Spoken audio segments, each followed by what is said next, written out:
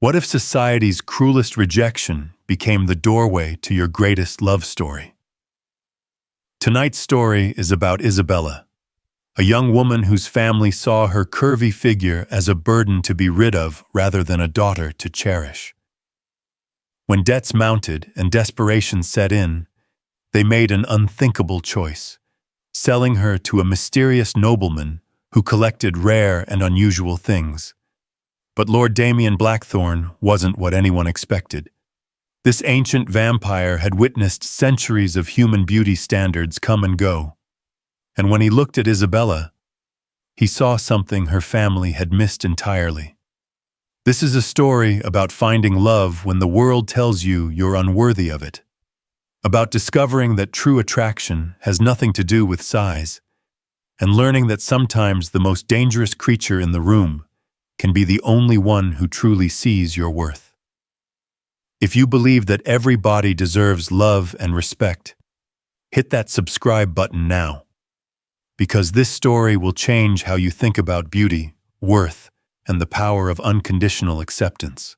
Isabella Fairfield sat in the corner of her family's drawing room, her embroidery forgotten in her lap, as she listened to her parents discuss her future in voices they thought were too low for her to hear.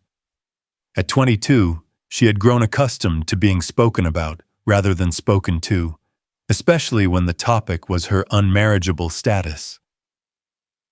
No respectable family will consider her. Her mother, Lady Margaret, whispered harshly to her father. 3 seasons we've tried and not one serious suitor. Look at her. She's enormous compared to other girls her age. Isabella's hand moved unconsciously to smooth her dress over her full figure. At size 16, in an era that prized tiny waists and delicate frames, she had learned to see herself as her family did. A disappointment, a burden, a daughter who had failed in her primary duty to marry well. The Whitmore debt won't wait much longer, her father replied grimly. If we don't find a solution soon, we'll lose everything. Perhaps we could send her to a convent, Lady Margaret suggested.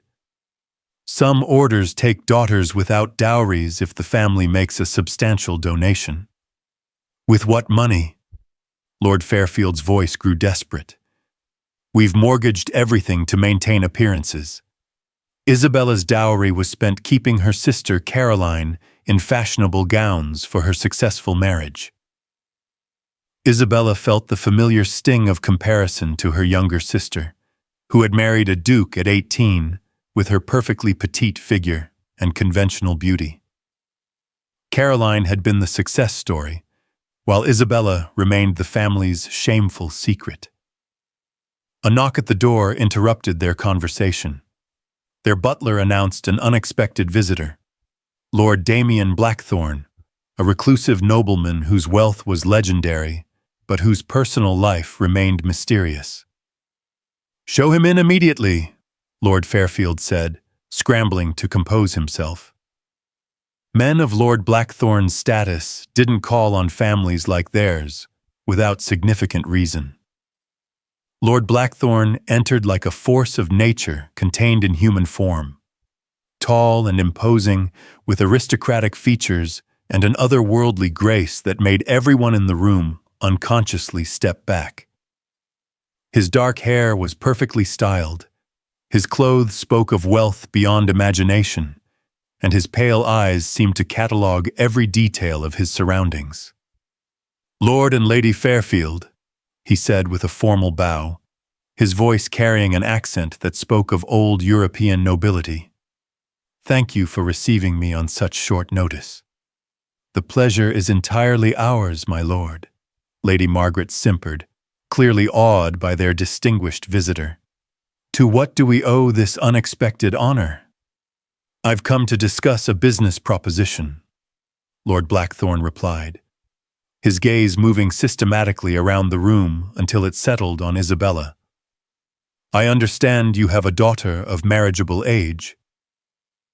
Isabella felt heat flood her cheeks as those penetrating eyes examined her. Unlike the dismissive glances of potential suitors who had looked through her as if she were invisible, Lord Blackthorn's gaze was thorough, assessing, but not unkind. "We do," Lord Fairfield said carefully, "though I should mention that Isabella has been difficult to place in suitable circumstances." "Difficult how?" Lord Blackthorn asked, never taking his eyes off Isabella. "She's rather substantial," Lady Margaret said delicately, "not at all fashionable in her proportions. And she has strong opinions about things that don't concern young ladies." "I see," Lord Blackthorn said thoughtfully. "And what would you consider fair compensation for such a substantial young woman?" The crude discussion of her value made Isabella want to disappear, but she forced herself to sit straight and meet Lord Blackthorn's gaze directly. If she was to be sold like livestock, she would at least maintain her dignity during the transaction. "What exactly are you proposing, my lord?" Lord Fairfield asked. "Marriage," Lord Blackthorn said simply. "I'll pay your debts in full and provide a generous settlement. In exchange, your daughter becomes my wife." As her parents exchanged glances that spoke of salvation and greed, Isabella realized her fate was being decided by strangers who saw her as either a burden or a commodity. But something in Lord Blackthorn's ancient eyes suggested he might see her as something else entirely. "Marriage." Lady Margaret's voice carried a mixture of shock and barely concealed delight. "My lord, surely you understand Isabella's limitations. Her size, her forward manner, her complete lack of fashionable accomplishments." Lord Blackthorn's expression grew cool as he listened to the litany of Isabella's supposed defects. "I'm quite capable of making my own assessments, Lady Fairfield. What I see is a young woman with intelligent eyes, excellent posture despite attempting to make herself invisible, and the courage to meet a stranger's gaze directly rather than simpering behind a fan." Isabella felt her breath catch. No one had ever described her in such terms. Intelligent, courageous, worthy of notice for positive reasons. "But surely you could have your pick of any young lady in London," Lord Fairfield protested, clearly concerned this miraculous offer might evaporate. "Titled families would compete for your attention." "Titled families bore me," Lord Blackthorn replied dismissively. "Their daughters are trained from birth to be decorative rather than interesting. I prefer substance to ornamentation." He turned to address Isabella directly, his voice becoming warmer. "Miss Fairfield, you've been silent during this discussion of your future. Do you have thoughts on the matter?" Isabella's parents looked scandalized that she was being asked for her opinion, but Lord Blackthorn waited patiently for her response. "I have many thoughts, my lord," Isabella said carefully, "but I've learned that expressing them is often considered inappropriate for someone in my position." "Your position as what? A woman? A daughter? Someone whose worth is determined by others' narrow standards?" Lord Blackthorn's smile held genuine warmth. "I'm interested in your thoughts precisely because they're yours, not because they conform to someone else's expectations." "Then I think," Isabella said, finding courage she didn't know she possessed, "that any arrangement should be honest about its nature. Are you offering marriage or purchase? Because there's a significant difference between a wife and property." Her parents gasped at her boldness, but Lord Blackthorn laughed, a rich sound that transformed his entire countenance. "Brilliantly stated," he said with obvious admiration. "I'm offering marriage, Miss Fairfield. A partnership between equals, not a transaction involving property." "But you're paying my family's debts," Isabella pointed out. "That suggests some form of purchase." "I'm removing obstacles that might prevent you from making a free choice," Lord Blackthorn corrected. If your family's financial situation forces you into unwanted circumstances, then you're not truly free to choose your path. Isabella studied his face, searching for deception or hidden motives. And what do you gain from such an arrangement? Surely not a fashionable wife to display at social functions. I gain the companionship of someone who thinks before speaking, who values substance over superficiality, and who has learned strength through adversity rather than weakness through privilege. You make it sound as though my supposed defects are actually advantages. They're not defects at all, Lord Blackthorne said firmly. Society's definition of feminine perfection is both narrow and foolish. Real beauty comes from intelligence, character, and authenticity, qualities you possess in abundance. Isabella felt tears threatening at this unexpected recognition of her worth. My lord, I don't understand why you would want someone like me when you could have anyone. Because anyone wouldn't interest me for more than an evening, Lord Blackthorne replied. You, however, could fascinate me for centuries.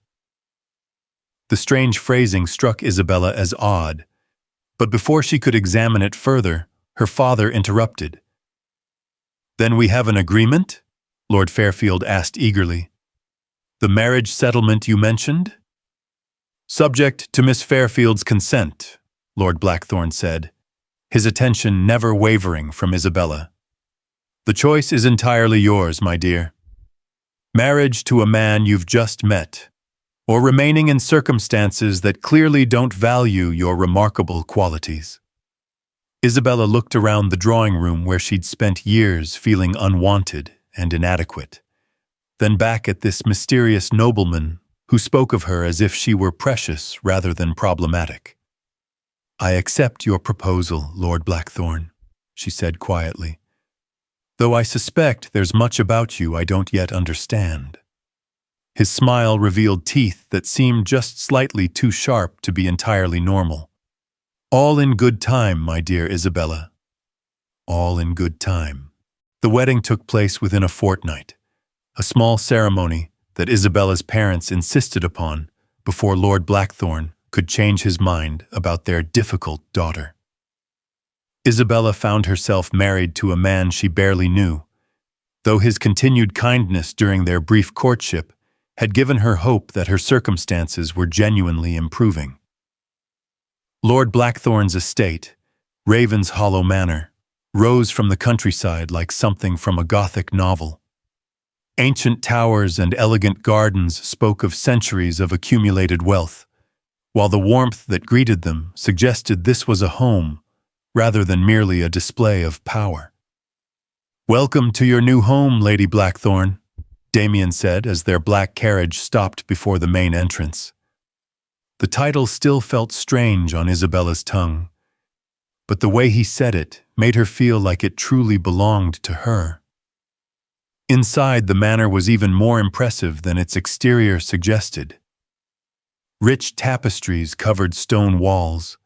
Comfortable furniture invited relaxation rather than formal display, and everything spoke of a place where people actually lived rather than performed for social approval. The staff will help you settle into your chambers, Damien explained as an elderly housekeeper approached with welcoming warmth. We'll dine together this evening, and tomorrow I'll show you the estate properly. Isabella's chambers were magnificent, a suite of rooms decorated in deep blues and golds, with windows overlooking gardens that seemed to glow in the afternoon light. But what struck her most was how everything was arranged for comfort rather than show, as if her preferences mattered more than impressing visitors. That evening at dinner, Isabella discovered that Damien was unlike any man she'd ever encountered. Instead of the awkward small talk that had characterized her interactions with previous suitors, he engaged her in fascinating conversations about books, philosophy, and world events. You're remarkably well read, he observed as they discussed a recent novel. Your education clearly extends far beyond the usual accomplishments expected of young ladies. My parents considered extensive reading a waste of time for someone of my prospects, Isabella replied. But books were my refuge when social situations became uncomfortable. Their loss is my tremendous gain, Damien said warmly. Intelligence is far more attractive than the ability to simper prettily or paint insipid watercolors. Over the following weeks, Isabella began to understand that Damien genuinely valued her mind, her opinions, and her companionship. He showed her through his extensive library, sought her thoughts on estate management, and treated her as a partner rather than an ornament. "I don't understand," Isabella said one evening as they walked through his moonlit gardens. "You could have married anyone. Beautiful women, titled ladies, perfect society belles. Why choose someone like me?" Damien stopped walking, turning to face her with an expression of intense sincerity. "Isabella, do you know what I see when I look at you? Someone too large, too opinionated, too different from what men are supposed to want," she replied honestly. "I see a woman with curves that speak of abundance rather than deprivation, intelligence that sparkles in her eyes, and strength that comes from surviving society's attempts to diminish her spirit." His voice grew passionate.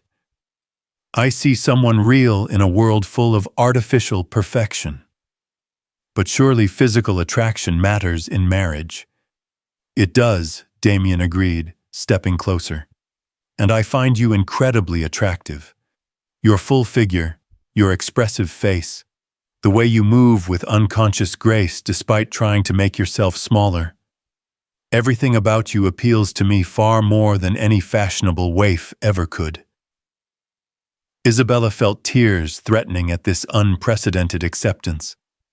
"No one has ever spoken to me this way." "Then no one has ever truly seen you," Damien said gently. "You're magnificent, Isabella. Exactly as you are, not despite what you are." As he drew her into his arms for their first real kiss, Isabella realized that her family's rejection had led her to something she'd never dared dream of. A love that saw her as perfect, exactly as she was. But she was beginning to suspect that her mysterious husband harbored secrets that went far beyond his unconventional taste in wives. 3 months into their marriage, Isabella had grown comfortable in her role as Lady Blackthorne, though she was increasingly aware that her husband possessed secrets he hadn't yet shared. His nocturnal habits, his pale complexion that never seemed to see sunlight, and the way servants spoke of him with reverent fear rather than simple respect, all pointed toward something extraordinary. "There's something you need to know about me," Damien said one evening as they sat before the fire in his private study. "Something that will explain many of the things you've no doubt noticed and wondered about." Isabella set down her book, giving him her full attention. "I'm listening."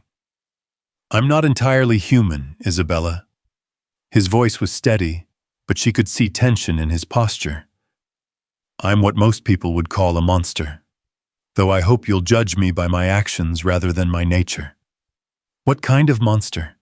Isabella asked calmly, though her heart was racing. "A vampire. I've existed for over 6 centuries, sustained by blood rather than food, stronger and faster than any mortal man." He watched her face carefully. "Are you frightened?" Isabella considered this revelation, fitting it together with everything she'd observed about her husband. "Should I be?" "That depends. Are you afraid of someone who sees you as precious beyond measure? Someone who has spent months falling more deeply in love with your mind, your spirit, and yes, your beautiful body, with each passing day?" "You truly find me beautiful?" Isabella asked, still struggling to believe that anyone could see her generous curves as attractive. "I find you breathtaking," Damien said, with such sincerity that she couldn't doubt him. "In 6 centuries, I've encountered countless women celebrated for their beauty.